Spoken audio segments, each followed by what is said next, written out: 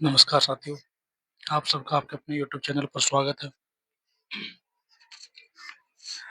चलो आज की क्लास देखते हैं, आज की क्लास में देखने वाले हैं करंट अफ़ेयर 2026 अप्रैल 17 अप्रैल 2026 का करंट अफ़ेयर देखने वाले हैं। तो क्लास को शुरू करने से पहले आपसे एक रिक्वेस्ट है कि यदि अभी तक आपने इस यूट्यूब चैनल को सब्सक्राइब नहीं किया तो please subscribe to the YouTube channel Pariksha 247 जिसका यूट्यूब हैंडल है @ परीक्षा 2_247 अंडरस्कोर बोलते हैं इसको, ठीक है? ये जो होता है जैसे कि परीक्षा ऐसे आता है तो उसको बोलते हैं डैश, ये नीचे आता है इसको बोलते हैं अंडरस्कोर। चलो शुरू करते हैं। पहला सवाल है कि साइप्रस में आयोजित वीमेंस कैंडिडेट टूर्नामेंट 2026 का खिताब किसने जीता है? कोनेरू हम्पी, हरिका द्रोणावल्ली, आर वैशाली या दिव्या देशमुख? तो किसने जीता है? क्या होगा इसका सही आंसर क्या होगा? इसका सही आंसर क्या होगा?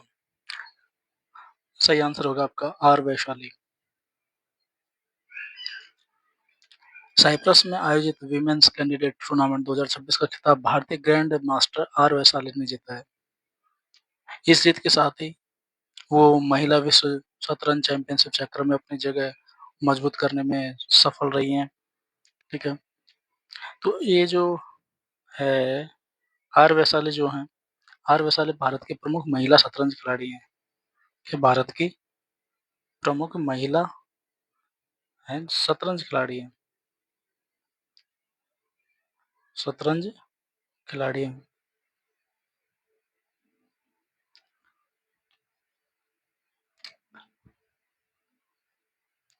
ठीक है? तो ये ग्रैंड मास्टर बनने वाली जो चुनिंदा भारतीय महिलाएँ हैं, उनमें शामिल है ये। कौन? आर वैशाली। ये जो कैंडिडेट टूर्नामेंट होता है ना, ये कैंडिडेट टूर्नामेंट जो होता है, विश्व शतरंज चैंपियनशिप के लिए चैलेंजर चुनने वाला टूर्नामेंट होता है। इसके विजेता को विश्व चैंपियनशिप में मुकाबला करने का अवसर मिलता है।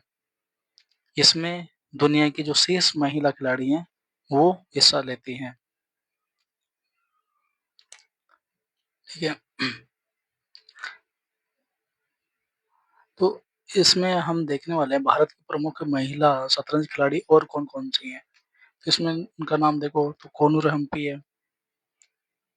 हम्पी, हरिका द्रोणावल्ली, दिव्या देशमुख, ठीक है? अब हम पहले ही देख चुके हैं शायद कि विश्व शतरंज महासंघ है, जो ये चैंपियनशिप कराता है वो है एफआईडीई, ठीक है? भारत को शतरंज की उभरती शक्ति भी कहा जाता है। विश्व स्तर पर भारत के कई सारे ग्रैंड मास्टर्स हैं, ठीक है? अगला सवाल देखते हैं। अगला सवाल है कि आईसीसी महिला टी20 विश्व कप 2026 का आयोजन कहाँ होगा? आईसीसी महिला टी20 विश्व कप 2026 का आयोजन कहाँ होगा? ऑस्ट्रेलिया, न्यूजीलैंड में, भारत में, इंग्लैंड, वेल्स में, दक्षिण अफ्रीका में। तो इसका सही आंसर क्या होगा? सही आंसर क्या होगा इसका? कहाँ प्रायोजित होगा आईसीसी महिला टी20 विश्व कप 2026? इसका आंसर आपका हो जाएगा इंग्लैंड और वेल्स में। इसका आंसर क्या हो जाएगा आपका? इंग्लैंड और वेल्स में। आईसीसी अंतर्राष्ट्रीय क्रिकेट परिषद, आईसीसी का फुल फॉर्म होता है इंटरनेशनल अंतर्राष्ट्रीय क्रिकेट परिषद, इंटरनेशनल क्रिकेट काउंसिल, अंतर्राष्ट्रीय क्रिकेट परिषद, ठीक है? इसके अनुसार आईसीसी महिला टी20 विश्व कप 2026 इसका आयोजन इंग्लैंड और वेल्स में होने वाला है।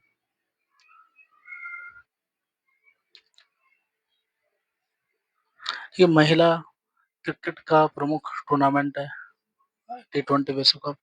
टी20 फेमस है अभी। इसमें दुनिया की शीर्ष महिला क्रिकेट टीम हिस्सा लेंगी। ये जो 2 साल में आयोजित किया जाता है।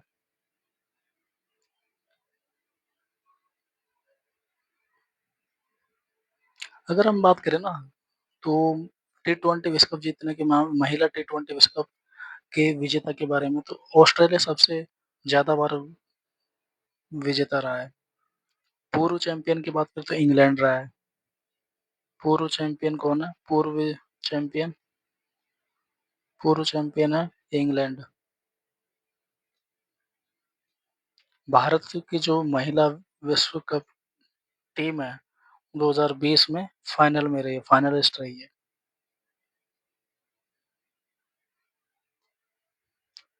ठीक है। हम आईसीसी की बात करें तो आईसीसी की स्थापना कब की गई थी? आईसीसी की स्थापना आईसीसी की स्थापना 1909 में। इसका हेडक्वार्टर कहाँ पे है आईसीसी का? आईसीसी का हेडक्वार्टर दुबई के अंदर।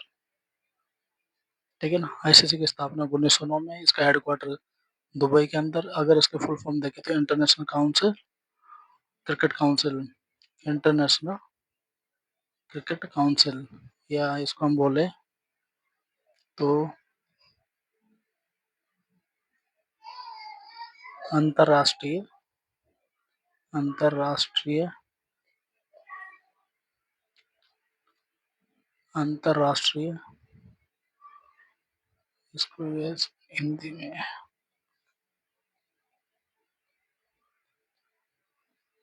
अंतरराष्ट्रीय क्रिकेट परिषद,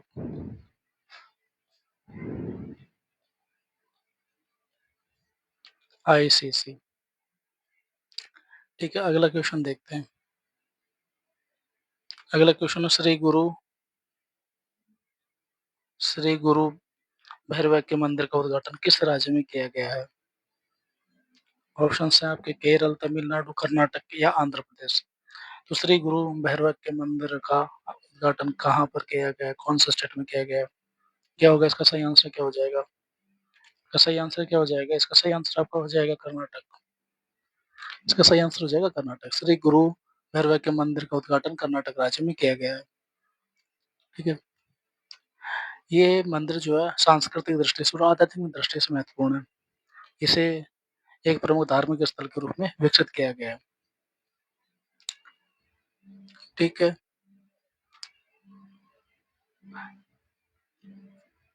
देखो, हम कर्नाटक में देखें तो कर्नाटक वास्तुकला के लिए प्रसिद्ध है। यहाँ पे हम्पी, वेलूर, हैलीवीडु ऐसे प्रमुख मंदिर हैं जो वास्तुकला के लिए फेमस है।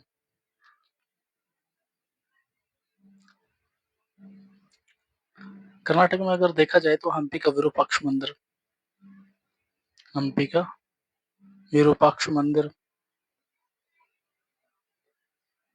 मैसूर में चामुंडेश्वरी मंदिर, चामुंडेश्वरी चामुंडे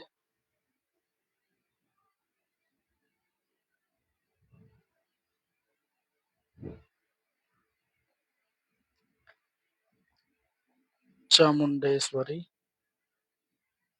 चामुंडेश्वरी मंदिर, मैसूर। ठीक है, ये फेमस है। बेंगलुरु जो है कर्नाटक की राजधानी भी बेंगलुरु है। और बेंगलुरु किस चीज के लिए? बेंगलुरु बेंगलोर ये फेमस किस चीज के लिए? भारत के आईटी क्षेत्र, आईटी हब के रूप में ये फेमस है। ठीक है। यहाँ की प्रमुख भाषा कौन सी है? प्रमुख भाषा यहाँ की प्रमुख भाषा है कन्नड़। ठीक है। तो श्री भैरव के मंदिर का उद्घाटन किस राज्य में किया गया है? तो इसका आंसर हो जाएगा आपका कर्नाटक। ठीक है, अगला सवाल देखते हैं।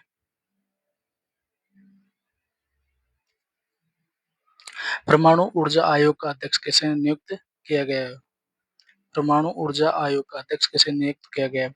अनिल काकोडकरकर, अजीत कुमार मोहंती, आर चिदम्बरम या के एन व्यास को।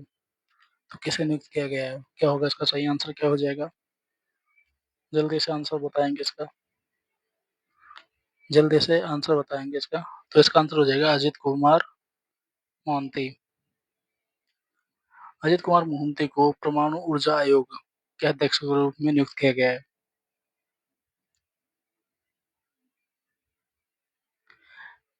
देखो, परमाणु ऊर्जा आयोग है, इसकी स्थापना कब की गई थी? परमाणु ऊर्जा आयोग इसकी स्थापना की गई थी परमाणु ऊर्जा आयोग की स्थापना की गई? 1948 के अंदर परमाणु ऊर्जा आयोग जो लिए भारत के लिए परमाणु ऊर्जा नीति और अनुसंधान को नियंत्रित करता है। ये जो है ना डिपार्टमेंट कौन से डिपार्टमेंट के अंतर्गत आता है? तो ये आता है डिपार्टमेंट ऑफ एटॉमिक एनर्जी। ये भारत के डिपार्टमेंट ऑफ एटॉमिक एनर्जी के अंतर्गत आता है, जिसको शॉर्ट में अपन DAE भी लिख सकते हैं। इसके क्या-क्या कार्य हैं? ये क्या-क्या कार्य देखता है? तो परमाणु ऊर्जा की नीति का निर्माण करने का काम देखता है, परमाणु अनुसंधान को बढ़ावा देने का काम देखता है, परमाणु ऊर्जा, परमाणु सुरक्षा सुनिश्चित करने का काम देखता है, ऊर्जा उत्पादन में परमाणु तकनीक का उपयोग, इसके रिगार्डिंग ये सारी चीज़ें देखता है।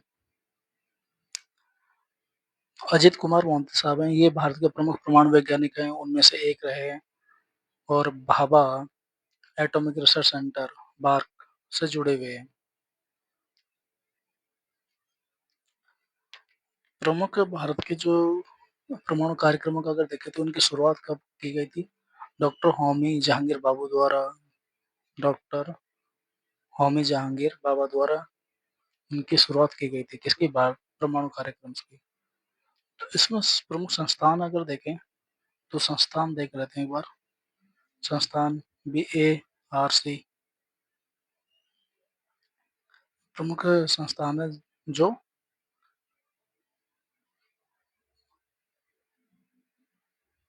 परमाणु ऊर्जा के क्षेत्र में काम कर रहे हैं। ठीक है। भारत की परमाणु नीति क्या है? भारत की परमाणु नीति है शांतिपूर्ण उपयोग, यानी कि ऊर्जा के क्षेत्र में उसका उपयोग किया जाए जितना ज़्यादा से ज़्यादा हो सके। ठीक है, अगला सवाल देखते हैं। अगला सवाल है कि इस्माइल उमर गुएल गुएलेह किस देश के राष्ट्रपति बने हैं? गुले सोमालिया, जिबूती, इथियोपिया, केन्या। तो कौन से देश के बने हैं ये? तो इसका सही आंसर आपका हो जाएगा जिबूती। ठीक है।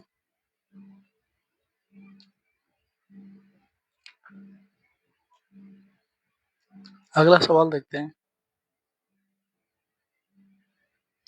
कि वित्त वर्ष 2026 में भारत का शीर्ष व्यापारिक भागीदार कौन बना है?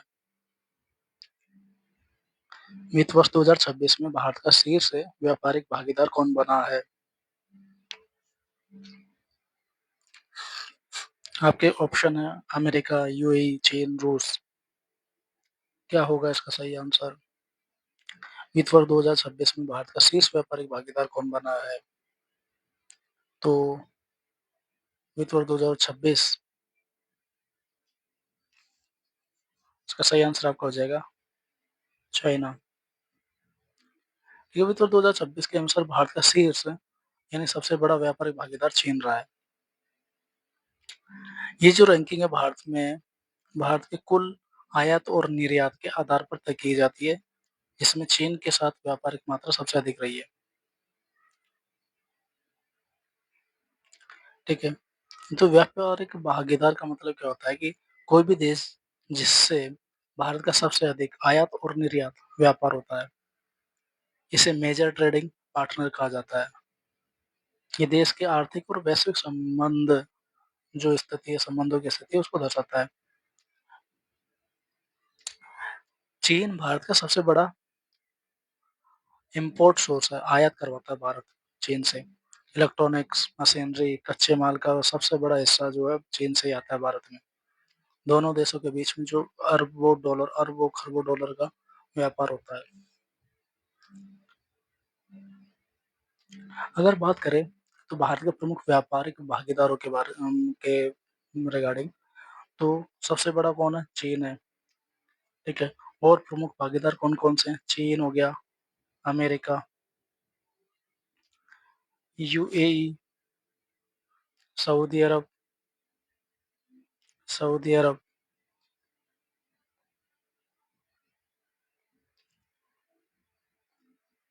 रूस। ठीक है। तो इनसे ज़्यादातर क्या UAE हो गया, सऊदी अरब, इनसे क्या मँगाया जाता है सबसे ज़्यादा? हम तेल एंड क्रूड ऑयल और रिफाइनरी रिफाइनिंग प्रोडक्ट्स का आयात निर्यात होता है।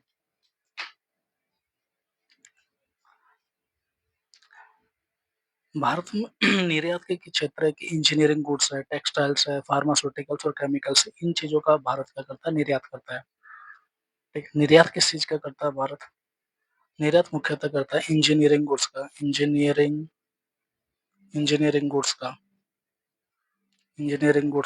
टेक्सटाइल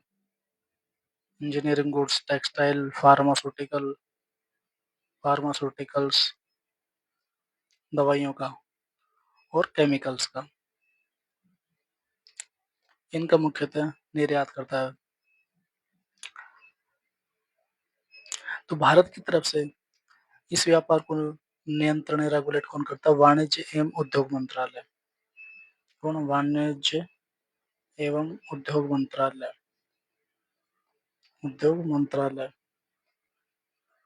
ठीक है, तो अगला सवाल देखते हैं कि नौसेना कमांडर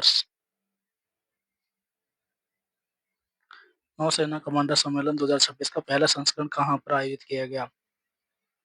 नौसेना कमांडर सम्मेलन 2026 का आयोजन कहाँ पर किया गया?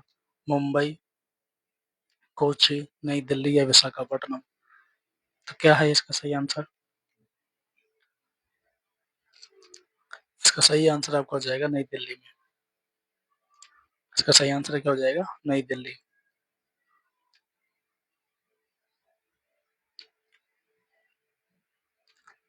नौसेना कमांडर सम्मेलन 2026 का पहला संस्करण नई दिल्ली में आयोजित किया गया है। ये भारतीय नौसेना का शीर्ष स्तरीय द्विवार्षिक या वार्षिक सम्मेलन है। इसमें नौसेना के सभी प्रमुख कमांडर और वरिष्ठ अधिकारी शामिल होते हैं। रक्षा मंत्री और रक्षा प्रमुख सीडीएस भी इसमें भाग लेते हैं। इन सम्मेलनों का उद्देश्य क्या होता है? इस सम्मेलन का उद्देश्य है कि समुद्री सुरक्षा रणनीति पर चर्चा की जाएगी, नौसेना आधुनिकीकरण की समीक्षा की जाएगी, युद्ध तैयारी और इस ऑपरेशनल जो क्षमता है उसका आकलन किया जाएगा। हिंद महासागर क्षेत्र में सुरक्षा स्थिति पर विचार किया जा सकता है। ठीक है, तो हमारी नौसेना के प्रमुख कमांडों की अगर बात करें तो पश्चिमी कमांड है। पश्चिमी कमांड मुंबई में, पूर्वी नौसेना कमांड कहाँ पे? विशाखापट्टनम। और दक्षिणी कहाँ पे? कोची में। ठीक, अगला सवाल देख लेते हैं। अगला सवाल क्या है कि स्पोर्ट्स जीनोमिक्स प्रोग्राम किस राज्य में लॉन्च किया गया? महाराष्ट्र, गुजरात, कर्नाटक या राजस्थान? इसका सही आंसर क्या होगा, बताएंगे आप?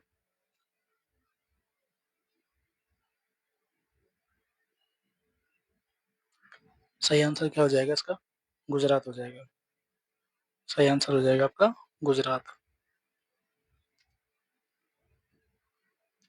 स्पोर्ट्स जीनोमिक्स प्रोग्राम को गुजरात राज्य में लॉन्च किया गया है। ठीक है, एक वैज्ञानिक खेल विकास कार्यक्रम है जिसमें खिलाड़ियों के डीएनए और जीन का अध्ययन किया जाता है। इसका उद्देश्य है कि प्रतिभाओं को पहचान कर उनके प्रदर्शन को सुधार किया जाए। खिलाड़ियों में प्राकृतिक क्षमता को समझना, चोट की संभावना को कम करना, प्रशिक्षण को व्यक्तिगत बनाना, खेल प्रदर्शन को वैज्ञानिक तरीके से बढ़ाना, इन सब के क्या उद्देश्य है।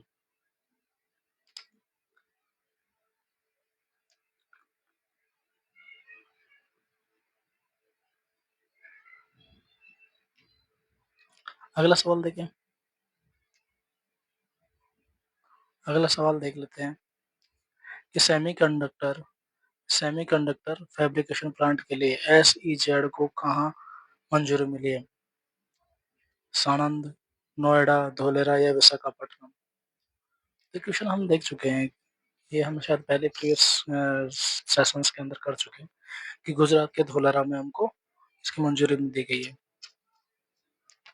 सेमीकंडक्टर उसके लिए जो स्पेशल इकोनॉमिक जोन है, एसईजेड, स्पेशल इकोनॉमिक जोन। ठीक है, विशेष आर्थिक क्षेत्र कहते हैं इसको हिंदी में कहते हैं विशेष आर्थिक क्षेत्र। विशेष आर्थिक क्षेत्र। इसकी मंजूरी कहाँ मिली है? धोलेरा में मिली है इसकी मंजूरी कहाँ? धोलेरा में मिली है।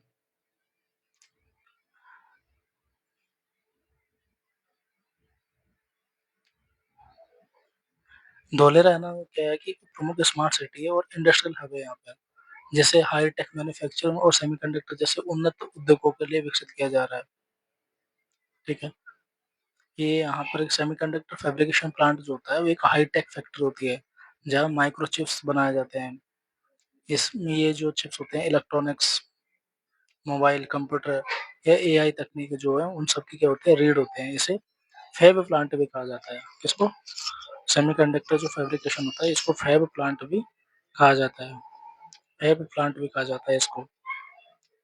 ये स्पेशल इकोनॉमिक ज़ोन कहाँ मंजूरी मिली है इसके प्लांट के लिए?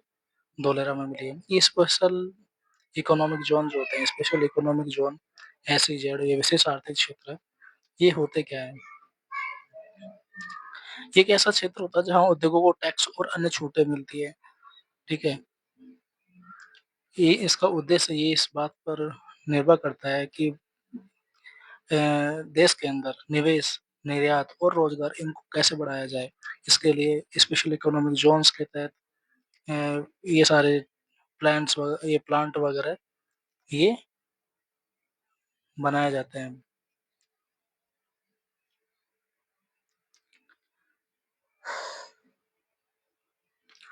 सेमीकंडक्टर के लिए भारत सरकार का मिशन चल रहा है कि इंडिया सेमीकंडक्टर मिशन, ठीक? इसका उद्देश्य है कि भारत को चिप निर्माण में आत्मनिर्भर बनाना, जिसके लिए विदेशी जो कंपनियाँ हैं, उनको निमंत्रित किया गया है, वैश्विक कंपनियों को आकर्षित करना, ठीक ठीक है? चलो, अब हम एक चीज़ देखते हैं कि बेंगलुरु जो हमारा है, बैंगलोर है, बेंगलुरु, ये आईटी हब के रूप में फ़ेमस है। भारत में आईटी हब के रूप में फ़ेमस है। हैदराबाद है, हैदराबाद है, ये बायोटेक प्लस आईटी के लिए फ़ेमस है। इसके साथ ही हम देखें नोएडा, तो नोएडा जो है, ये इलेक्ट्रॉनिक्स मैन्युफैक्चरिंग के लिए फ़ेमस है। इलेक्ट्रॉनिक्स इलेक्ट्रॉनिक्स इलेक्ट्रॉनिक्स मैन्युफैक्चरिंग के लिए। और अभी धोलेरा जो बन रहा है, धोलेरा हमारा किस चीज़ के लिए बनता जा रहा है? किसका हब बनता जा रहा है? ये सेमीकंडक्टर के लिए, सेमीकंडक्टर का हब बनता जा रहा है, ठीक है? प्लस स्मार्ट सिटी, ठीक है? ये याद रखिएगा। चलो अगला क्वेश्चन देखते हैं कि एशिया का सबसे ऊँचा वन्यजीव कॉरिडोर किस देश में उद्घाटित हुआ है? एशिया का सबसे ऊँचा एशिया का सबसे ऊँचा वन्यजीव कॉरिडोर किस देश में उद्घाटित हुआ है? चीन, नेपाल, भारत या भूटान? क्या होगा इसका सही आंसर, क्या हो जाएगा? इसका सही आंसर होगा आपका भारत। भारत के अंदर एशिया का सबसे ऊँचा वन्यजीव कॉरिडोर, उसका उद्घाटन किया गया है भारत के अंदर, ठीक है?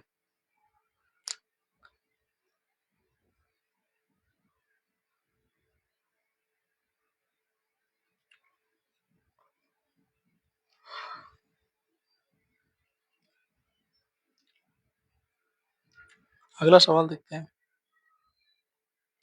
कि 17 अप्रैल 2026 को डॉक्टर सर्वपल्ली राधाकृष्णन की कौन-सी पुण्यतिथि मनाई गई? 49वीं, 50वीं, 51वीं या 52वीं? कौन-सी पुण्यतिथि मनाई गई है 17 अप्रैल 2026 को डॉक्टर सर्वपल्ली राधाकृष्णन की कौन-सी पुण्यतिथि मनाई गई? क्या होगा इसका सही आंसर, क्या हो जाएगा? इसका सही आंसर आपका हो जाएगा 51वीं, 51वीं पुण्यतिथि मनाई गई है 17 अप्रैल 2026 को। इनका निधन कब होता है? इनका निधन होता है 17 अप्रैल को 1975 को। तो अभी कौन-सी पुण्यतिथि हो गई? 51वीं। डॉक्टर सर्वपल्ली राधाकृष्णन जो हैं भारत के दूसरे राष्ट्रपति रहे हैं। दूसरे राष्ट्रपति 1962 से 1967। ये प्रसिद्ध दार्शनिक, शिक्षक और शिक्षाविद रहे हैं। इनका जो जन्मदिन है इनका जो जन्मदिन 5 सितंबर 5 सितंबर किसके रूप में मनाया जाता है? तो 5 सितंबर को मनाया जाता है भारत के अंदर शिक्षक दिवस के रूप में। शिक्षक दिवस भारत में शिक्षक दिवस के रूप में मनाया जाता है। इनका जन्म दिवस जो है 5 सितंबर शिक्षक दिवस के रूप में मनाया जाता है। ठीक है। अगर हम बात करें भारत के पहले राष्ट्रपति के बारे में, तो पहला राष्ट्रपति कौन था भारत का? पहला राष्ट्रपति कौन था? राजेंद्र प्रसाद। भारत के पहले राष्ट्रपति थे डॉक्टर राजेंद्र प्रसाद।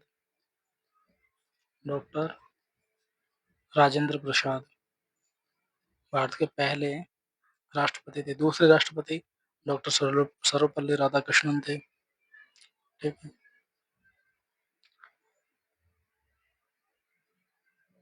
डॉक्टर सर्वपल्ली राधाकृष्णन जो है वो भारत रत्न से सम्मानित है। भारत रत्न से भी सम्मानित थे। ठीक है, अगला सवाल देखते हैं।